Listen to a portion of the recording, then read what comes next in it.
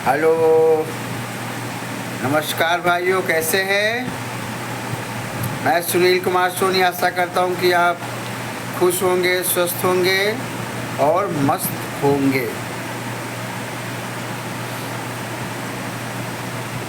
Mood आपका swing change होता है, तो इसमें कहीं ना कहीं रोल विटामिन B12 का और D3, लेकिन जो मेंटल इलनेस है, उस एंजाइटी, डिप्रेशन, इसका सबसे बड़ा कारण B12 की कमी है। B12 की जो स्रोत हैं, जो सोर्सेस हैं, वो मैक्सिमम नॉनवेज में ही हैं, और इसलिए हमारे यहाँ जितना भी अगर ब्लड टेस्ट करवाए हैं ना, तो सबको B12 की कमी निकलेगी ही निकलेगी। तो मेरा भी जब नागपुर में पूरा जांच हुआ था, तो मेरा B12 इतना कम था कि कुछ कह नहीं सकता। मतलब कि जो लोअर रेंज होती है उससे भी बहुत डाउन था। तो डॉक्टर मुझको इंजेक्शन लिखे विक्टोफॉल, क्योंकि मैं एक बार इंजेक्शन लगवा चुका था विक्टोफॉल, तो उसका दर्द मुझे महीनों था। तो हालांकि डॉक्टर साहब से मैंने बोला कि डॉक्टर साहब, विक्टोफॉल इंजेक्शन की जगह आप कैप्सूल टेबलेट दे दीजिए। और सबसे क्या है, इंटरमस्कुलर मांस में लगाना तो सारा बड़ा दर्द करता है, घंटों तो वैसे भी दर्द करता है, प्लस हफ्तों लगा देता है उस जगह दर्द। तो एक ही दिन लगवाया था मैं विक्टोफॉल। तो बोला कि यार, काम तो तुम्हारे ऊपर इंजेक्शन ही करेगा। फिर भी डॉक्टर से मैंने रिक्वेस्ट किया, मैंने कहा कि आप दे दीजिए टेबलेट, वो कैप्सूल दे दीजिए। उन्होंने कैप्सूल दिया। B12 कम तो था ही, मूड स्विंग होता था मेरा, कब खुश हो जाऊं, कब डिप्रेशन में चला जाऊं, कुछ पता नहीं। तो जितने भी IBS के पेशेंट हैं, उनमें B12 की कमी तो श्योर है। वो विटामिन B12 की कमी उनके अंदर भरपूर मात्रा में कम है, अब ज़्यादा नहीं, कम है। और पेट की जो दिक्कत है वो तो है, ये सब जानते ही हैं। एक चीज़ मैं नोटिस किया हूँ न्यूरो की ट्रीटमेंट लेने से, कि जो मेरे गले में खराश बनी रहा करती थी और यहाँ पे कफ जैसे रहता था, वो बस यहाँ कफ सारा हटता ही नहीं था, और नाक पूरी सटी रहती थी, जुकाम टाइप बना रहता था। तो इस्नोफीलिया चेक कराओ तो इस्नोफीलिया भी नहीं निकलता था। तो जब से मैं न्यूरो की दवाई लिया हूँ, तो ये जो मेरा गले में कफ की शिकायत थी, ये ख़त्म हो गया। जो जुकाम मुझको बना ही रहता था, सांस लेने में दिक्कत, खुल के सांस नहीं ले पाता था, समझ लीजिए। तो अब मुझे लगता ही नहीं कि कभी ऐसा था मुझको, मुझे जुकाम वगैरह भी, यहाँ गले में कफ, दिन भर थूको, दिन भर सारा कफ निकलता था, जुकाम टाइप बनी ही रहती थी। तो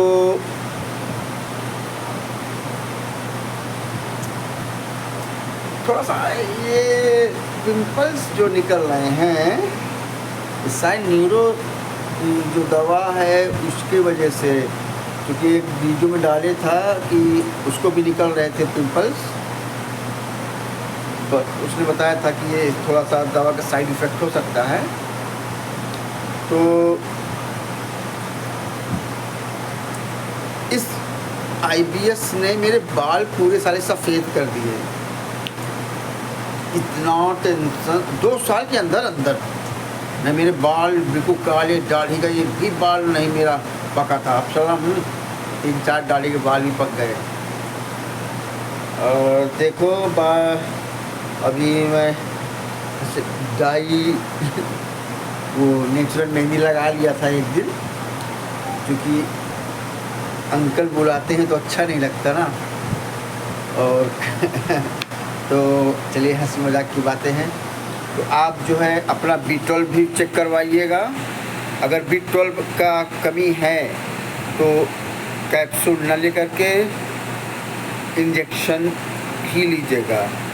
उसे भी डॉक्टर जो है हर जगह के जो साइकेट्रिक डॉक्टर रहेंगे, न्यूरो साइकेट्रिक, वो जल्दी प्रिस्क्राइब नहीं करते। अगर बीट इंजेक्शन जो अच्छा जानकार होगा IBS का, न्यूरो साइकेट्रिक, वो देगा ही देगा। हफ्ते में मेरा जो फर्स्ट स्टार्टिंग हुई थी 15 दिन में 5 इंजेक्शन, मतलब 3 दिन में 1 इंजेक्शन लगता था मेरे। एक बार इस डम, एक बार इस बम। जब दवा वो जाती थी इतना ज़्यादा लगता था कि प्राण निकल जाएंगे। उसी में साला इंजेक्शन को तो बहुत डरता, बचपन से ही डरता था मैं। गोली चाहे जितनी जो कोई खिला दे, लेकिन इंजेक्शन के नाम से बहुत डरपोक था मैं इंजेक्शन के नाम से। तो अगर आपका मूड स्विंग होता है थोड़ी थोड़ी देर में, प्लस आपको जो गट इशू रहते हैं, पेट में भारीपन, मेरे साथ क्या होता है, जैसे बाई चांस अभी भी क्या होता है कि अगर मैं थोड़ा सा स्ट्रेस दिमाग में आ गए मेरे, ये सारा तो तुरंत पेट में फूलने लगेगा, पेट में भारीपन, और तुरंत पेट भी फूलने लगेगा। ये मैं अक्सर गौर करता हूँ जब भी मेरा दिमाग एंजाइटी मुझको बढ़ती है। और बट हम लोगों को क्या है ना कि साले कोई भी अगर कोई ऐसी बात बोल देता है तो साला वो दिल से सीधे यहाँ पहुँचता है, और फिर उसी बात को हम लोग रिपीट मारते रहते हैं। और फिर ऐसी कंडीशन हो जाती है कि जब भी वो बात बोलते हैं क्या, जब भी हमको वो याद आएगी बातें तो हमारा पूरा शरीर वीकनेस फील होने लगेगा। पिंडुलियाँ, ये जो पैरों के नीचे की पिंडुलियाँ बिल्कुल कमज़ोर फील होंगी, बिल्कुल दर्द करेंगी, इतना वीकनेस। तो हम लोग इतना नाजुक दिल के होते हैं IBS वाले कि कोई अगर कोई ऐसी बात बोल देता है जो न बोलने लायक नहीं है, उसका हम लोग तुरंत गलत मतलब ले लेते हैं या दिल में ले लेते हैं, और दिल से साला सीधे दिमाग में। क्योंकि हम 2-3 दिन तक वही बात सोचते रहें, और 2-3 दिन, हफ्ते सोचे महीना हो जाए, वो वही साला एंजाइटी बन जाती है। मेरे साथ हुआ है ऐसा, और लगभग सभी IBS वालों के साथ होता होगा। तो फिर सेकेंड टाइम में जब सेकेंड विजिट था, उसके बाद मेरे को हफ्ते में 1 इंजेक्शन लगता था, तो महीने में 4 हो गए, और फिर इस महीने में 1 हुआ। तो कहीं ना कहीं उस इंजेक्शन का बड़ा प्रभाव है। जो हड्डियां मेरा शरीर पूरा सूख गया था, वो जैसे किसी वृक्ष को पानी दे देते हैं मुरझाए हुए को, वो फिर खिल उठता है, बस वही कंडीशन हुई थी मेरी। वही तो है। मैं अभी देखता हूँ अगर मुझसे बनेगा, तो मुझसे बनता नहीं, लगाते नया IBS टाइम की मैं वीडियो लगाता, मुझसे कट पेस्ट बनता, मैं डायरेक्ट कैमरा के आगे बोल रहा हूँ और सीधे अपलोड मार दूँगा बस। तो अगर जब से मैंने न्यूरो का ट्रीटमेंट लिया है, बड़ी क्या मस्त पेट सफ़ा होता है भाई। नज़र न लगे भगवान किसी की, मैं जितना 2017 से लेकर के परेशान हुआ हूँ 25 तक, दसों लाख रुपया लगाए बैठा हूँ भैया, थोड़ा थोड़ा करके पता नहीं चलता। अब तो कितना पैसा चला जाता है, कुछ पूछ पूछ नहीं है। 3-3, 4-4 हज़ार की, 5-5 हज़ार की दवाइयाँ आती थी और सारा फ़ायदा नहीं कर रहा, फेंक दिया। पूरा मेडिकल स्टोर, जो मेरे पीछे वाला कमरा मेडिकल स्टोर बन गया था। वज़न एकदम से गिर गया। वज़न मेरा गिरा है 2024 से, जब मुझे एंजाइटी डिप्रेशन हुआ है। अब तेरी की क्या डिप्रेशन एंजाइटी हो, किसी को ना हो। ये समझ लीजिए कि उस पीरियड में मैं क्या क्या फील करता था, मैं ही जानता हूँ। अब ये सारी अपने दिल की बातें मैं आप लोगों से शेयर करता हूँ, क्योंकि जागरूक तो होना ही पड़ेगा आप लोगों को कि IBS आपका जो ठीक कर पाएगा वो न्यूरोसाइक्रेटिक ठीक कर पाएगा, गैस्ट्रोएंटरोलॉजी आपका देगा, दवाई देगा, लेकिन वो मैक्सिमम दवाई आपको केमिकल डिसबैलेंस ब्रेन की ही देगा, माइंड की। सिर्फ क्या 1-2 गोली पेट की रखेगा, क्लोस्पाक्स हो गया, लिब्रेक्स हो गया, नॉर्मॉक्सिन हो गया, इक्यूरेक्स हो गई। ये 4 तो बहुत प्रचलित दवाइयाँ हैं जो हर IBS पेशेंट को दी ही जाती हैं, और साथ में केमिकल डिसबैलेंस वगैरह की टेबलेट चलती हैं। कुछ जैसे बताया कि मैं इंजेक्शन B12 का इंजेक्शन हो गया, और या मल्टीविटामिन का सिरप हो गया, कैप्सूल हो गया। क्योंकि IBS वालों का बॉडी तो एकदम से कमज़ोर हो जाता है, कोई न्यूट्रिशन तो मिलती नहीं उनको खाने के नाम पर। तो भैया क्या खाना खाता है, नमक रोटी, दाल रोटी, दाल चावल रोटी, कितना थोड़ा थोड़ा। कहीं गए,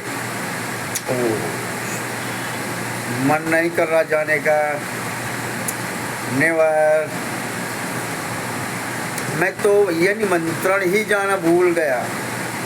2017 के बाद मैंने बहुत ही खास जो थे मेरे करीबी, मैं उन्हीं का निमंत्रण अटेंड किया हूँ, बाकी मैं बिल्कुल बंद ही कर दिया था। अब तो लगता है कि क्या मिले, क्या खाएं, क्या पिए। तो बढ़िया, सुबह भी बिंदास पेट सफा होता है, शाम को बिंदास पेट सफा होता है, भूख भी बढ़िया लगती है। पेट सबसे जो मेरा प्लस पॉइंट था, जो मेरा क्या लगभग हर IBS पेशेंट का, खास करके IBS-C वालों का, जो पेट का हैवीनेस, भारीपन है, वो सबसे ज़्यादा अखरता है। गैस पास करने में इतना प्रेशर लगाना पड़ता है कि अब इंतहा हो गई तेरे प्यार की। मतलब कि प्रेशर कहाँ तक लगाना पड़ता है गैस पास आउट करने के लिए कि किसी तरह गैस निकल जाए। हम लोग एक तो संकोची बहुत होते हैं, संकोच, क्योंकि हम नॉर्मल दिल के होते हैं, तो इसलिए हम लोग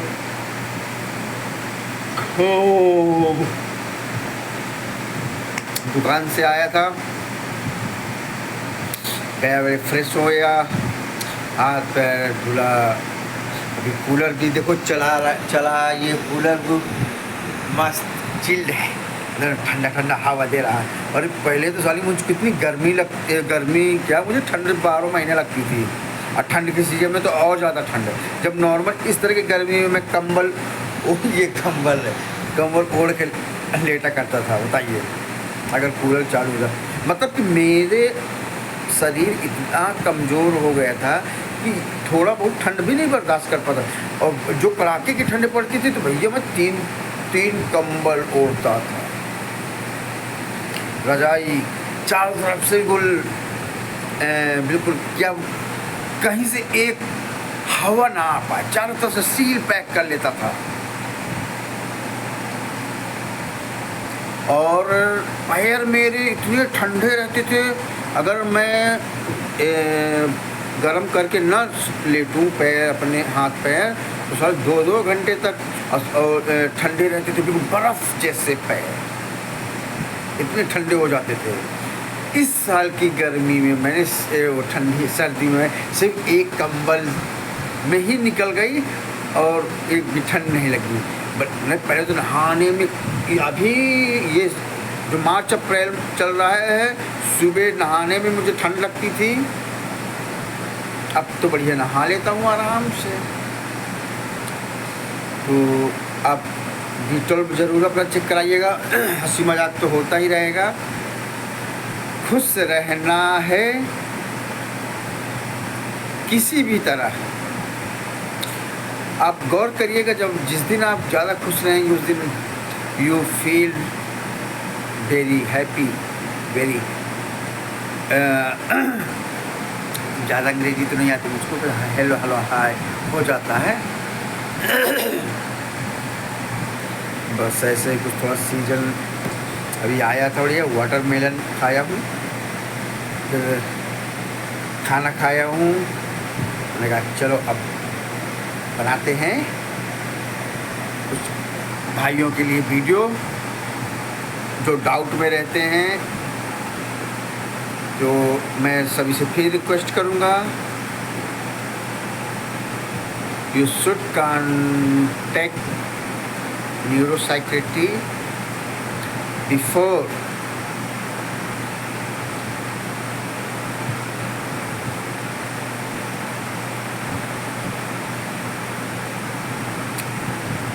लेकिन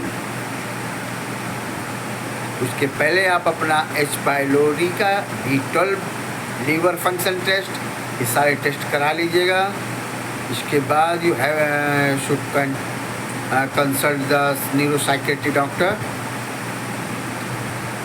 और सबसे प्लस, और हाँ देखो, मैं फिर बता रहा हूँ, मैं जब मैं फर्स्ट टाइम होम्योपैथ में कंसल्ट किया था, तो मान के चलो कि भाई क्या बिल्कुल हार्ड का हार्ड था। डॉक्टर से कंसल्ट, इम्यूनिटी मेरी पूरी वीक हो गई थी।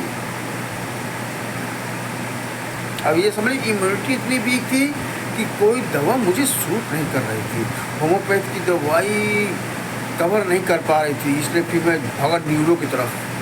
फिर मैं न्यूरो और प्लस ये होम्योपैथ दोनों दवाइयाँ चलाया, तिगुना स्पीड से मुझे रिजल्ट मिला। मेरा बहुत 4 ही महीने में IBS फ्री हो गया, बढ़िया एंजॉय।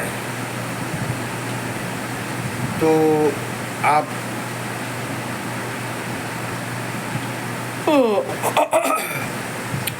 नींद जैसे आ रही है, सोऊंगा नहीं अभी तो मोबाइल चलाऊंगा पूरे दिन में। थक जाता हूँ काम करके, तो थोड़ा सा मैं हंसी मजाक करने वाला बहुत आदमी हूँ, लेकिन इसे IBS ने मुझे बहुत रुलाया है। तो आप अगर आपके सारी जांचें हो चुकी हैं पेट की, ब्लड की, तो you should consult neuropsychiatry doctor immediately. जितना जल्द से जल्द आप कंसल्ट करेंगे उतना ही जल्दी आपको रिलीफ मिलेगा। कॉम्बिनेशन अच्छा रखिएगा दवाई का, और आप साइकेट्रिक मेडिसिन के साथ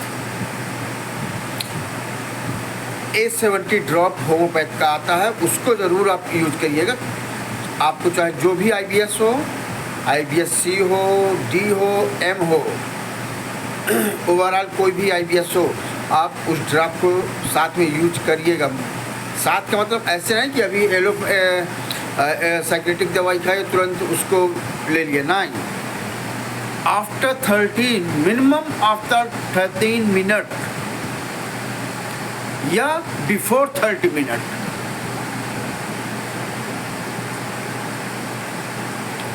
$30 मिनट पहले या 30 मिनट बाद ही आप उस दवा को लो।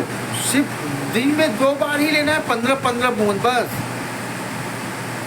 15-15 बूंद आप ले लीजिए दवाई को, बाकी आपका न्यूरोस चलता ही रहेगा साइकेट्रिक दवाइयाँ। तो आपको जो रिजल्ट है वो बड़ा फास्ट मिलेगा, आप बिलीव नहीं करेंगे। अब कॉन्स्टिपेशन वालों के लिए और MD वालों के लिए और M वालों के लिए सुपर रिजल्ट। तो आप अपना वो ट्रीटमेंट लीजिए, उसको मैं मना नहीं कर रहा हूँ। साथ में आप A70 ड्रॉप आता है उसको ले लीजिएगा। अगर किसी को फिशर पाइल्स की शिकायत है, वैसे अधिकतर लगभग 50% लोगों को पाइल्स की शिकायत हो ही जाती है।